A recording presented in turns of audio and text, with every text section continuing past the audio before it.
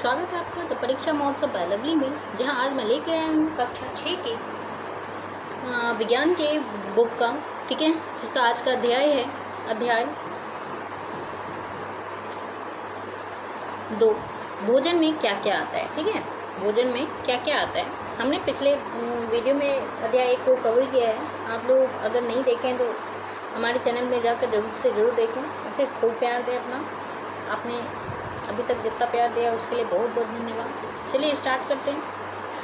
अध्याय 2 हमारा है। पिछले पार्ट में हमने जो है ना उन खाद्य पदार्थों की सूची बनाई थी जिन्हें हम खाते हैं, है कि नहीं। जिसमें हम लोग पढ़े थे जीव जंतु जो होते हैं कुछ शाकाहारी होते हैं, मांसाहारी होते हैं, कुछ सर्वाहारी होते हैं, है कि नहीं। अपने राज्य में जो है ना विभिन्न भागों में खाए जाने वाले विभिन्न व्यंजनों के बारे में अपने परियोजना भी कार्य किया था, ठीक है ना। बिहार के लोग क्या खाते हैं ना, और साउथ के लोग क्या खाते हैं। हम सभी रोज़ भोजन में अलग अलग तरह के पके हुए खाद्य पदार्थ लेते हैं, जैसे कि कभी रोटी, दाल, सब्जी, कभी सत्तू, अचार और कभी खिचड़ी, बैगन का भरता इत्यादि लेते हैं। भोजन में अनेक प्रकार के पके खाद्य पदार्थ के साथ कच्चे खाद्य पदार्थ के रूप में मूली, गाजर, टमाटर तथा अन्य हरी सब्जियों को सलाद के रूप में लेते हैं। ये सभी खाद्य पदार्थ से स्वादिष्ट भोजन या व्यंजन तैयार होता है तथा खाने से हमारी जो है ना भूख मिटती है। खाने में यदि एक ही खाद्य पदार्थ से पके भोजन या बहुत कम भोजन करें तो हमें क्या होता है, तो क्या हमें ताकत एवं स्फूर्ति मिल सकेगी। तो देखिए, थाली में भोजन है, ये जो हम खाते हैं। अलग अलग खाद्य पदार्थ में क्या क्या होता है ना, अलग अलग। हम देखिए, एक ही भोजन खाने से हमें सारे पोषक तत्व तो नहीं मिलते हैं ना। सभी भोजन में जो अलग अलग प्रकार के पोषक तत्व होते हैं, इसलिए हमें भिन्न भिन्न प्रकार के भोजन अपने दैनिक जीवन में लेने चाहिए, जिससे हमारे शरीर स्वस्थ हो, है ना।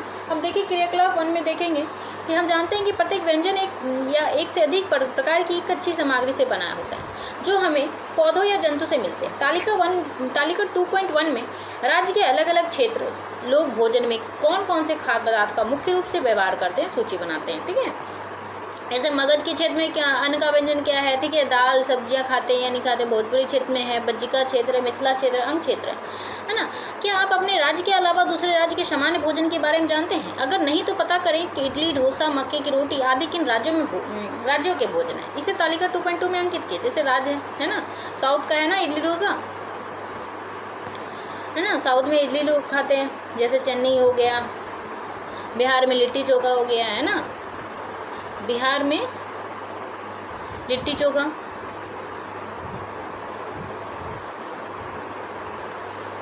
हो गया। राजस्थान में दाल बाटी चूरमा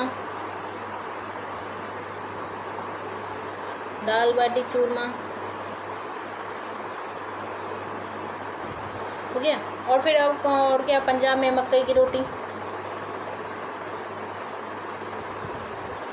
मक्का की रोटी, है ना। सरसों का साग। अब जो हो गया आपका ये और हाँ, पश्चिम बंगाल में जो लोग हैं क्या, मछली भात है ना, उन लोगों का फेवरेट है माछ भात, है ना। मछली जल की रानी है, पश्चिम बंगाल के लोग खा जाते हैं ना। इन खाद्य सामग्रियों में हमारे शरीर की वृद्धि, विकास एवं स्वस्थ रहने के लिए कुछ आवश्यक अवयव होते हैं। इन अवयवों को हम पोषक तत्व कहते हैं। हमारे भोजन में मुख्य पोषक तत्व कार्बोहाइड्रेट, प्रोटीन, वसा, विटामिन और खनिज लवण है। इसके अतिरिक्त हमारे भोजन में रेशा तथा जल भी शामिल होते हैं, जिनकी हमारी शरीर को आवश्यकता है कि नहीं। क्या सभी खाद्य पदार्थों में ये सभी पोषक तत्व उपलब्ध रहते हैं? कुछ साधारण विधियों से हम यह जान सकते हैं कि कच्ची खाद्य सामग्री या पके हुए भोजन में कौन कौन से पोषक तत्व उपस्थित है। कार्बोहाइड्रेट, प्रोटीन तथा वसा की जांच अन्य पोषक तत्वों की जांच की अपेक्षा सरल है। कार्बोहाइड्रेट का भोजन हमारे भोजन में एक रूप में मंड या स्टार्च है। मंड की उपस्थिति में की जांच कर हम कार्बोहाइड्रेट की उपस्थिति जांचते हैं, ठीक है। जैसे कैसे करें जांच?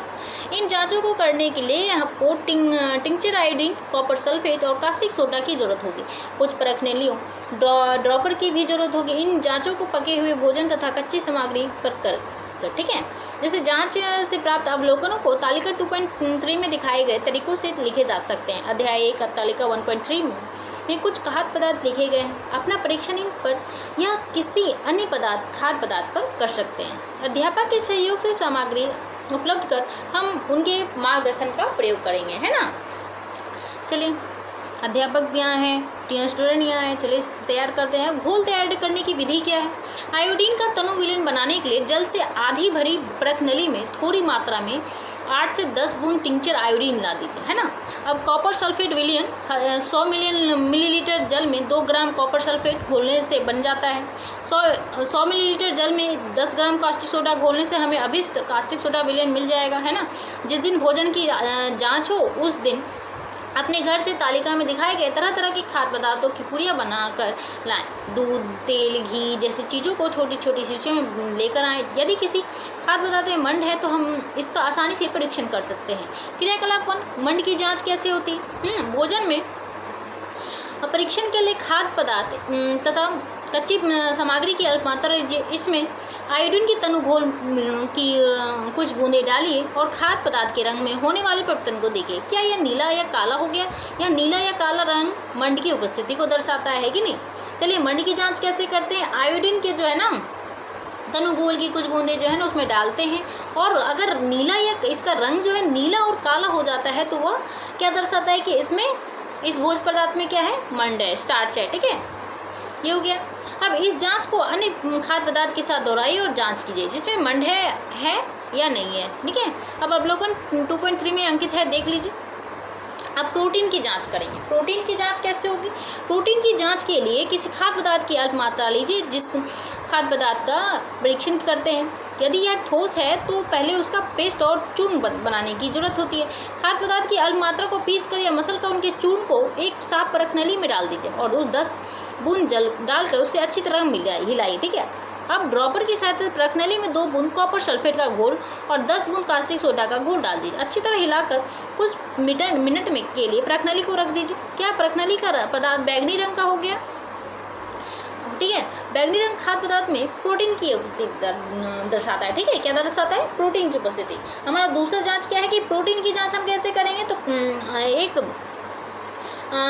परखनली में 2 बूंद कॉपर सल्फेट लेंगे, ठीक है। 2 बूंद कॉपर सल्फेट और कास्टिक सोडा का घोल, 10 बूंद कास्टिक सोडा का घोल मिला देंगे और दोनों तीनों मिश्रण को क्या करेंगे, आपस में मिलाकर घोल में मिलाकर पता करेंगे। और यदि जो है पदार्थ का रंग क्या हो जाएगा, बैंगनी हुआ, तो उसमें प्रोटीन है, ठीक है। अब वसा की जांच करने के लिए हम लोग क्या देखते हैं, खाद्य पदार्थ की अल्प मात्रा लेंगे, ठीक है। इसे कागज के टुकड़े में लपेट कर कूटे। ध्यान रहे कागज फट ना जाए। अब कागज को सीधा कीजिए और ध्यानपूर्वक देखिए क्या इस पर तेल के धब्बे दिखाई देते हैं। कागज को किसी प्रकार स्रोत से सामने लाइए और क्या आपको इस धब्बे से होकर आने वाले प्रकाश धुंधला दिखाई देता है, तो ये क्या दर्शाता है कि ना कागज पर तेल का धब्बा खाद्य पदार्थ में वसा दर्शाता है ना, वसा की उपस्थिति, है ना। चाहे आप मूंगफली को रगड़िए, सरसों को रगड़िए ना, जितने भी है इन सबको देखिएगा ना आपके हाथ में भी या फिर कागज पे भी रखिएगा ना, तो क्या होगा ना, वो कागज आपका तेल से तेल का धब्बा जैसा दिखेगा। अब खाद्य पदार्थ में जो है कभी कभी जल की कुछ मात्रा हो सकती है।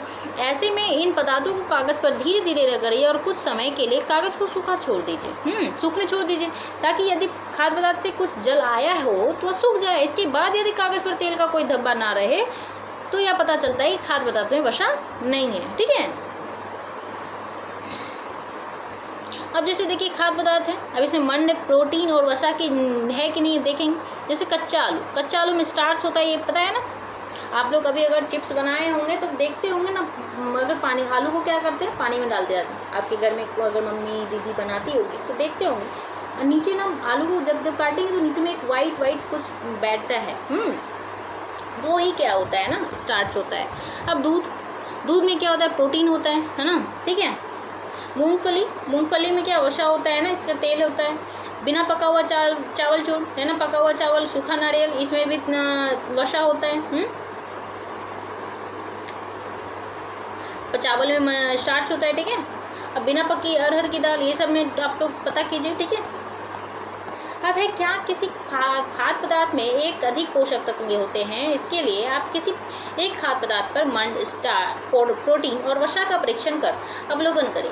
इसमें एक से ज़्यादा पोषक तत्व हैं या नहीं। कार्बोहाइड्रेट, प्रोटीन तथा वसा के अलावा विटामिन और खनिज लवण जैसे अन्य पोषक तत्व भी हमारे विभिन्न खाद्य पदार्थों में उपस्थित रहते हैं। इन सभी पोषक तत्वों की हमें क्यों जरूरत होती है, ठीक है। विभिन्न पोषक तत्व हमारे शरीर के लिए क्यों जरूरी है। कार्बोहाइड्रेट मुख्य रूप से हमारे शरीर को ऊर्जा प्रदान करते हैं। वसा से भी ऊर्जा मिलती है। वास्तविकता यह है कि कार्बोहाइड्रेट की तुलना में वसा से हमें अधिक ऊर्जा प्राप्त होती है। वसा और कार्बोहाइड्रेट युक्त भोजन ऊर्जा देने वाला भोजन कहलाता है, ठीक है। अब देख लेते वसा के कुछ, सूरजमुखी का तेल, नारियल का तेल, सरसों का तेल, सोयाबीन का तेल है ना, ये सब हो गया। अब कार्बोहाइड्रेट के कुछ स्रोत देख लेंगे, आप नाम लिख ले सकते हैं कॉपी में कार्बोहाइड्रेट के, जैसे गेहूं हो गया, बाजरा हो गया, चावल हो गया, आम हो गया, पपीता हो गया है ना, आलू हो गया, शकरकंद हो गया, गन्ना हो गया, मक्का हो गया। अब आइए हम देखते हैं, वसा का तो देख लिया, अब देखते हैं प्रोटीन के स्रोत। मछली हो गया है ना, दूध हो गया, मांस हो गया, अंडा हो गया, पनीर हो गया। अब प्रोटीन के पादप स्रोत देखेंगे। प्रोटीन के पादप स्रोत में सोयाबीन हो गया, राजमा हो गया, तुअर दाल, मूंग दाल, चना दाल है ना, मटर, इस में प्रोटीन होता है। प्रोटीन की आवश्यकता शरीर की वृद्धि और स्वस्थ रहने के लिए होती है ना। अगर प्रोटीन आप अच्छे से लेते हैं, आपकी वृद्धि होगी अच्छे से, है ना। अगर जो प्रोटीन लेंगे उनकी वृद्धि नहीं हो पाती है अच्छे से।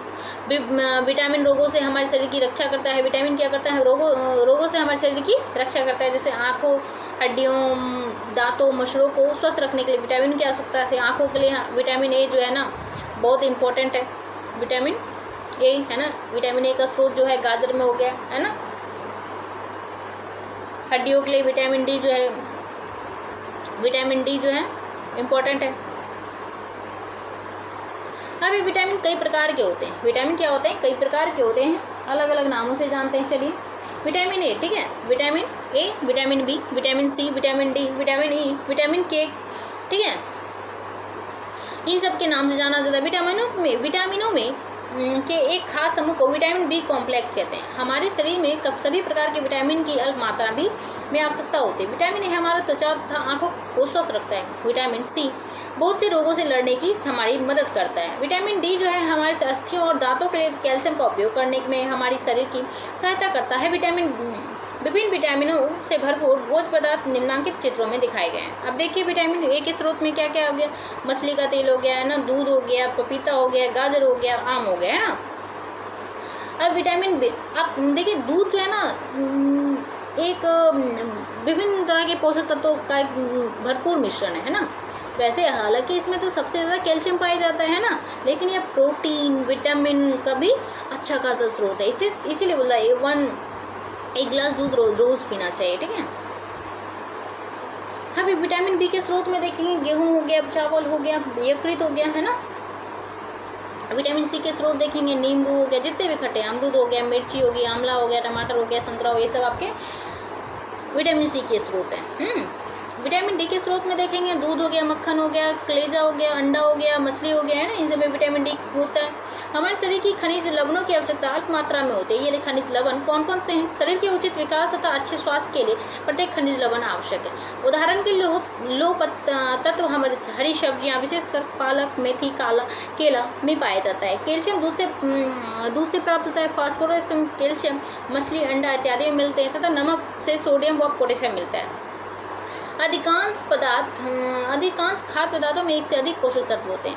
आपने भी तालिका 2.3 में अवलोकन को लिखते समय इसको अवश्य देखा होगा। फिर भी किसी कच्ची सामग्री में एक निश्चित पोषक तत्व की मात्रा दूसरे पोषक तत्वों की मात्रा से अधिक होती है। जैसे चावल में कार्बोहाइड्रेट की मात्रा दूसरे पोषक से अधिक होती है। इस आधार पर हम यह कह सकते हैं कि चावल कार्बोहाइड्रेट से भरपूर भोजन है। इन पोषकों के अलावा हमारे शरीर को रुक्षांश अर्थात आहारी रेशों तथा जल की भी आवश्यकता होती है। हमारे खाने में रेशे की पूर्ति मुख्यतः पादप उत्पादों से ही होती है। रुक्षांश अन्न का चोकर तथा सब्जी का रेशा इत्यादि, ठीक है, के मुख्य स्रोत साबुत खाद्यान्न में हो गया अंकुरित दाल, ठीक है, अंकुरित जितने भी हैं, चना, मूंग है ना, दाल, आलू, ताजे फल और सब्जियां हैं। वृक्षांश हमारे शरीर को कोई पोषक प्रदान नहीं करते हैं, फिर भी यह भोजन हमारे लिए आवश्यक अवयव है। वृक्षांश हमारे शरीर से बिना पचे भोजन को बाहर निकालने में सहायता करते हैं। अब जल भोजन में उपस्थित पोषक तत्व में अवशोषित कराने के लिए हमारे शरीर की सहायता करता है, ठीक है। यह कुछ अपशिष्ट पदार्थों को मूत्र और पसीने के साथ बाहर शरीर के बाहर निकालने में सहायता करता है। सामान्यतः हमारे शरीर को जितने जल की आवश्यकता होती है अधिकांशतः वह हमें उन पदार्थों से प्राप्त होता है जिन्हें हम जो है ना द्रव के रूप में लेते हैं, जैसे कि जल, दूध और चाय आदि। आइए देखें कि क्या कोई अन्य स्रोत हमारे शरीर को जल प्रदान करता है या नहीं। क्रियाकलाप 3 में हो जाएगा। टमाटर अथवा नींबू जैसा कोई एक फल लीजिए, इसे छोटे छोटे हिस्सों में काटकर हथेली पर लीजिए।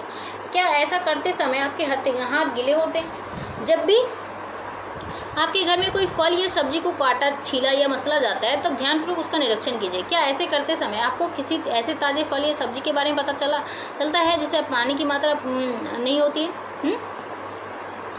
अब हम देखते हैं कि खाद्य पदार्थों में जल होता है या नहीं, है ना।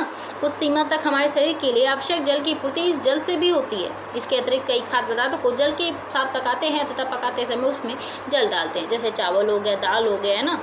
और जल जिसमें ऐसे देखते हैं फल, देखें जैसे हो गया जितने भी फल हैं, है ना, ज़्यादातर फल में जो है ना जल की मात्रा भरपूर होती है। लीची हो गया, है ना, नारंगी हो गया, संतरा हो गया, है ना, खीरा हो गया, है ना, ये सब जल से भरपूर रहता है। अब संतुलित आहार देखेंगे। सामान्यतः पूरे दिन जो हम कुछ भी खाते हैं उसे आहार कहते हैं, ठीक है। हमारे शरीर की वृद्धि और अच्छे स्वास्थ्य को बनाए रखने के लिए हमारे आहार में वे सभी पोषक तत्व उचित मात्रा में होने चाहिए जिनकी हमारे शरीर को आवश्यकता है। कोई भी पोषक तत्व ना ज़्यादा हो और ना ही बहुत कम। हमारे आहार में पर्याप्त मात्रा में वृक्षांश तथा जल भी होना चाहिए, ठीक है। इस प्रकार को हम संतुलित आहार करते हैं। क्या आप सोचते हैं कि प्रत्येक आयु के वर्ग के लोगों को एक ही प्रकार के आहार की आवश्यकता होती है? क्या आप यह भी सोचते हैं कि हमारा संतुलित आहार हमारे शारीरिक कार्य पर निर्भर करता है? क्या आपने किसी मजदूर को भोजन करते देखा है? वे साधारणतः क्या क्या खाते हैं? मानसिक श्रम, शारीरिक श्रम करने वाले व्यक्तियों को भोजन में क्या प्रमुख अंतर है? क्या भोजन में जो ये लोग खाते हैं उनमें क्या क्या अंतर होता है ना? वृद्ध व्यक्तियों के भोजन में क्या क्या जरूरी होता है? अब देखिए, दालें, मूंगफली, सोयाबीन, अंकुरित बीज, खमीर उठा भोजन, आटे के बने व्यंजन, केला, पालक, सत्तू, गुड़, उपलब्ध सब्जियां तथा इसी प्रकार के अन्य भोजन पदार्थ कई पोषक तत्व उपलब्ध कराते हैं। इसलिए कोई व्यक्ति कम खर्च में संतुलित आहार खा सकते हैं। और आप अपने घर में जो भी खाद्य पदार्थ का भोजन करते हैं उसके बारे में जानने की कोशिश करें। भोजन के व्यंजनों में सभी प्रकार के भोजन पोषक तत्व हैं जो भोजन करने के बाद आपको संतुष्टि के साथ स्फूर्ति प्रदान करते हैं तथा यह भोजन आपके लिए संतुलित आहार होंगे। कम खर्च में संतुलित आहार युक्त भोजन के लिए अपने अपने क्षेत्र में मिलने वाले अन्न, फल, सब्जी, दूध जैसे खाद्य पदार्थों की सूची तैयार करें तथा अपने मित्रों से चर्चा करें। उचित प्रकार का भोजन करना ही पर्याप्त नहीं, इसे उचित तरीके से पकाना भी चाहिए ताकि इसके पोषक तत्व नष्ट ना हो। क्या आप जानते हैं कि भोजन पकाते समय कुछ पोषक तत्व नष्ट हो जाते हैं? अब छिलका उतारकर यदि सब्जियों और फलों को धोया जाता है तो यह संभव है कि उनके कुछ विटामिन नष्ट हो जाएं। सब्जियों और फलों के छिलकों में महत्वपूर्ण विटामिन तथा खनिज लवण होते हैं। चावल और दालों को बार बार धोने से उनमें उपस्थित विटामिन और कुछ खनिज लवण नष्ट हो सकते हैं। हम सभी जानते हैं कि पकाने से भोजन का स्वाद बढ़ता है और इसे पचाने में आसानी होती है। इसके साथ साथ पकाने में कुछ पोषक तत्वों की हानि भी हो सकती है। यदि भोजन पकाने में अत्यधिक जल का उपयोग किया जाता है तो बाद में उसे फेंक दिया जाता है तो कई लाभदायक प्रोटीन और खनिज लवण जो है ना की हानि हो जाती है। पानी के साथ वो चला जाता है। पकाने पर विटामिन सी गर्मी से नष्ट हो जाता है, ठीक है।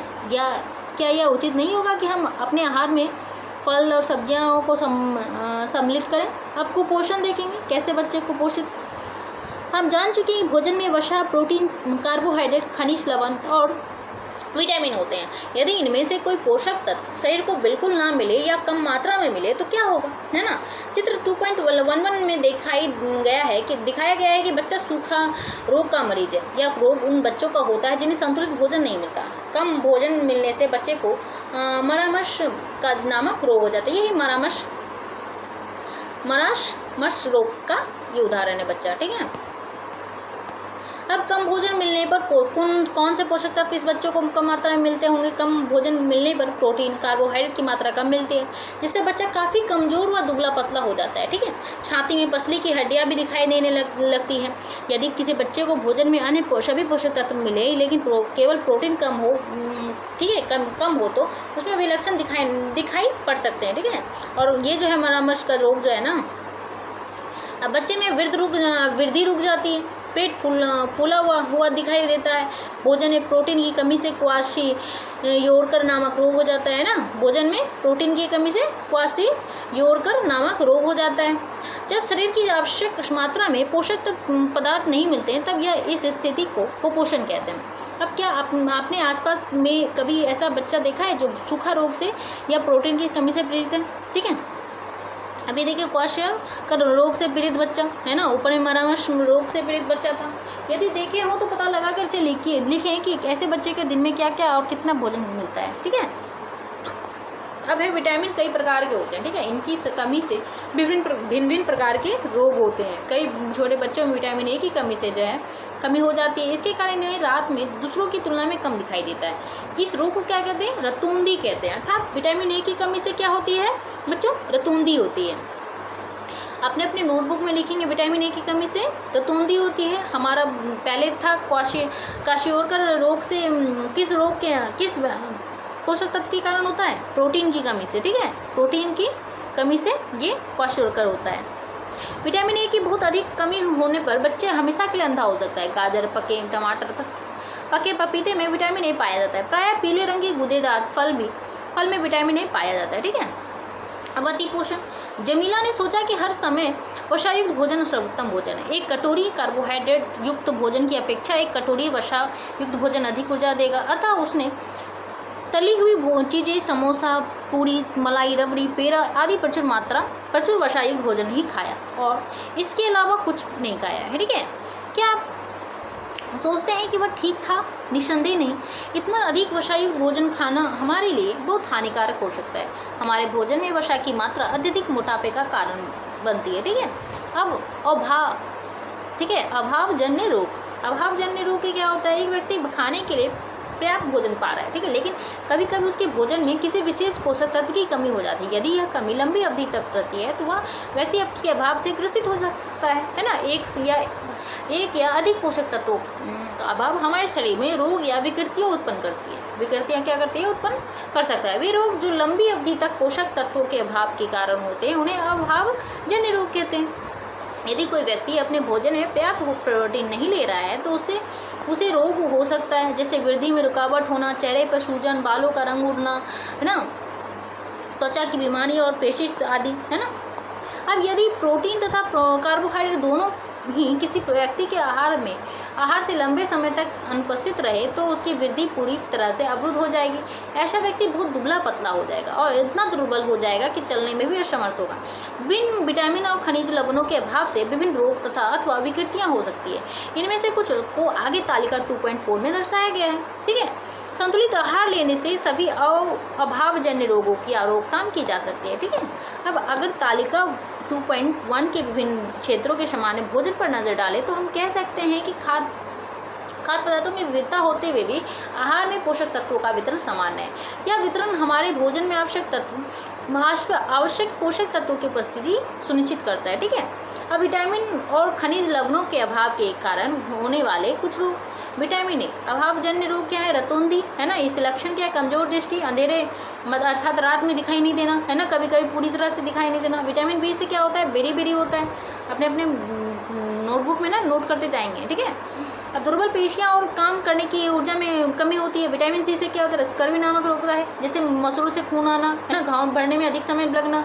विटामिन डी से रिकेट्स हो जाता है, अस्थियाँ का मुलायम होकर मुड़ जाना, ठीक है। कैल्शियम से अस्थि और दंत क्षय होता है, कमजोर अस्थियाँ, दंत क्षय। आयोडीन की कमी से क्या होता है? घेंगा रोग हो जाता है, गले की ग्रंथि का फूल जाना, बच्चों में मानसिक विकलांगता होना। लौह की कमी से क्या होता है? अल्प रक्तता होती है, कमजोरी, रक्त की कमी हो जाएगी। अब दूषित भोजन हमने देखा है कि घरों में खाने के सभी सामान ढक कर रखे जाते हैं। पीने का पानी ढक कर रखा जाता है। माता पिता शिक्षक गंदे हाथों से खाने या खाद्य सामग्री को छूने और बाजार की खुली वस्तुओं को खाने से मना करते हैं। क्या आपने विचार किया है कि ऐसा क्यों? सब्जी बनाने से पहले धोते हैं तथा भोजन रखने तथा बनाने वाले स्थान की साफ सफाई करते हैं। अगर ऐसा नहीं करें तो क्या होगा? अपने ठेलों पर बिना ढकी मिठाइयों पर मधुमक्खियाँ बैठी देखी होंगी। ये मक्खियाँ गंदी जगहों पर बैठती है, ठीक है, तथा वहाँ से सूक्ष्म जीवों को अपने साथ लाकर जो है ना खाने के पदार्थों को दूषित कर देती हैं। अब सब्जी को ठीक से नहीं धोने पर जो है ना कीटनाशक के कुछ अंश रह जाते हैं जो हमारी सेहत के लिए हानिकारक होते हैं। क्या आप 2 दिन पहले बना भात, दाल, रोटी, सब्जी आदि खाना पसंद करेंगे? नहीं करेंगे। उसमें स्मेल आता है ना, स्वाद नहीं आता है। ऐसा क्यों? क्योंकि यह दुर्गंध देने लगता है, इसमें खटास हो जाती है। हम कहते हैं कि यह खाना योग्य नहीं है। ऐसा खमीर उठने किण्वन के कारण होता है। परंतु कुछ व्यंजन को बनाने के लिए जो है ना किण्वन आवश्यक है, जैसे जलेबी, भटूरा, मालपुआ, इडली, डोसा, पाव रोटी इत्यादि, ठीक है। कुछ व्यंजनों में अधिक गर्मी के कारण किण्वन तीव्र होता है, इसलिए गर्मी के दिनों में पका हुआ भोजन जल्दी खराब हो जाता है। फ्रीजर व अन्य व्यवस्थाओं में से इसे कुछ समय तक बचा कर रखा जा सकता है। भोजन के दूषित होने का एक और कारण दूषित जल है। भोजन बनाने में यदि दूषित जल का उपयोग किया जाए तो इससे भी भोजन को दूषित होने का भय रहता है। दूषित जल पीने से अतिसार जैसी बीमारियों का भय रहता है, ठीक है। इसलिए वर्षा के दिनों में एवं बाढ़ के समय अत्यधिक सावधानी से भोजन एवं पेयजल का उपयोग किया जाना चाहिए। अवलोकन कीजिए कि वर्षा एवं बाढ़ के दिनों में कुएं, तालाब, नदी, ताल, नाले आदि भर जाते हैं और मैदानों में, खेतों और अन्य जगहों से गंदगी बहकर जल स्रोतों में चली जाती है, ठीक है। अब नए शब्द देखेंगे, जैसे पोषक तत्व। पोषक तत्व को क्या कहते हैं? न्यूट्रिएंट्स कहते हैं। प्रोटीन को क्या कहते हैं? प्रोटीन ही कहते हैं। कार्बोहाइड्रेट को इंग्लिश में इस तरह से कार्बोहाइड्रेट। वर्षा को फैट कहते हैं। रतौंधी, नाइट ब्लाइंडनेस होता है। बेरी, स्कर्वी, रिकेट्स, घेंगा, वाइटर होता है इंग्लिश में। अल्प रक्तता, एनीमिया होता है। क्वाशियोकर ही होता है, ठीक है। आइए हमने क्या क्या सीखा देखते हैं। हमने क्या क्या सीखा? हमारे भोजन के पोषक तत्वों के नाम कार्बोहाइड्रेट, प्रोटीन, वसा, विटामिन, खनिज लवण। इसके अतिरिक्त भोजन में आहारी रेशे तथा जल भी है। कार्बोहाइड्रेट तथा वसा हमारे शरीर को मुख्य रूप से ऊर्जा प्रदान करता है। क्या करता है? ऊर्जा प्रदान करता है। प्रोटीन तथा खनिज लवण की आवश्यकता हमारे शरीर की वृद्धि और अनुरक्षण के लिए होती है। विटामिन हमारे शरीर को रोगों से रक्षा करने में सहायता करते हैं। और संतुलित आहार में हमारे शरीर के लिए आवश्यक सभी पोषक तत्व तथा पर्याप्त वृक्षांश और जल उचित मात्रा में उपस्थित रहते हैं। हमारे आहार में लंबी अवधि तक एक अथवा अधिक पोषक तत्वों की न्यूनता से विशिष्ट रोग अथवा विकार उत्पन्न हो सकता है। आलू में उपस्थित होता है। आलू में क्या होता है? मंड, ठीक है, स्टार्च। घेंगा रोग किसकी कमी से होता है? घेंगा रोग जो है आयोडीन की कमी से होता है ना। गले की ग्रंथियों का सूज जाना। वृक्षांश के मुख्य स्रोत क्या है? ताजे फल और सब्जियां, ठीक है। भोजन में मंड परीक्षण के दौरान टिंचर आयोडीन के हल्के घोल की कुछ बूंदे मिलाने पर खाद्य पदार्थ क्या हो जाता है? नीला या काला हो जाता है। ऊर्जा देने वाला पोषक तत्व कहलाता है वसा, ठीक है। क्या कहलाता है? वसा। और कार्बोहाइड्रेट दोनों होगा, ठीक है। अब विटामिनों को मिलान कीजिए। विटामिन ए क्या होगा? दृष्टिहीनता। विटामिन ए से क्या होता है? दृष्टिहीनता, रात में दिखाई नहीं देता है, जिसको रतौंधी कहते हैं। विटामिन बी से क्या होता है? बेरी होता है। विटामिन सी से scurvy. Vitamin D rickets. Iodine की कमी से घेंगा रोग होता है। इनमें से सही को कथन को 3 अंकित कीजिए, ठीक है। केवल चावल खाने से हम अपने शरीर की पोषक की आवश्यकताओं को पूरी कर सकते हैं? नहीं। संतुलित आहार खाकर अभाव जन रोगों को रोकथाम की जाती है? सही है, ठीक है। शरीर के लिए संतुलित आहार में नाना प्रकार के खाद्य पदार्थ होने चाहिए, ये भी सही है। शरीर को सभी पोषक तत्व उपलब्ध कराने के लिए केवल मांस पर्याप्त है? गलत। अब 2 ऐसे पदार्थों के नाम लिखिए जिनमें निम्नलिखित पोषक तत्व प्रचुर मात्रा में उपलब्ध है, ठीक है। प्रचुर मात्रा में उपलब्ध है, ठीक है। वसा हो गया, प्रोटीन हो गया, ठीक है। स्टार्च भी हो सकता है, लेकिन बोल रहा है 2 ऐसे पदार्थों के नाम लिखिए, ठीक है। इनमें से वसा का लिख लेंगे आप लोग, क्या हो जाएगा? वसा में हो जाएगा मूंगफली, ठीक है, नारियल। अब मंड का क्या हो जाएगा? आलू हो गया, है ना, मक्का हो जाएगा। अब आहारी रेशे जो देख लेंगे आप लोग, प्रोटीन में क्या हो जाएगा? दाल हो जाएगा, ठीक है। अब पोषक तत्व जो मुख्य रूप से हमारे शरीर को ऊर्जा देते हैं, क्या होता है? वसा। पोषक तत्व जो हमारे शरीर की वृद्धि और सुरक्षा करते हैं, ये प्रोटीन। वह विटामिन जो हमारी अच्छी दृष्टि के लिए आवश्यक है, विटामिन ए। वह खनिज जो हम अस्थियों के लिए आवश्यक है, अस्थियों के लिए आवश्यक है क्या है? विटामिन डी, कैल्शियम हो गया, ठीक है। एक तो विटामिन की बात की जाए तो विटामिन डी है, और खनिज की बात की जाए तो कैल्शियम। हमारे भोजन के मुख्य स्रोत तत्वों के नाम लिखे, कार्बोहाइड्रेट, वसा, प्रोटीन, है ना, ये सब हो गया। कुपोषण से आप क्या समझते हैं, इसे कैसे बचा सकता है, आप लिख के लाइएगा, ठीक है। चलिए नेक्स्ट में मिलते हैं अगले अध्याय में। धन्यवाद।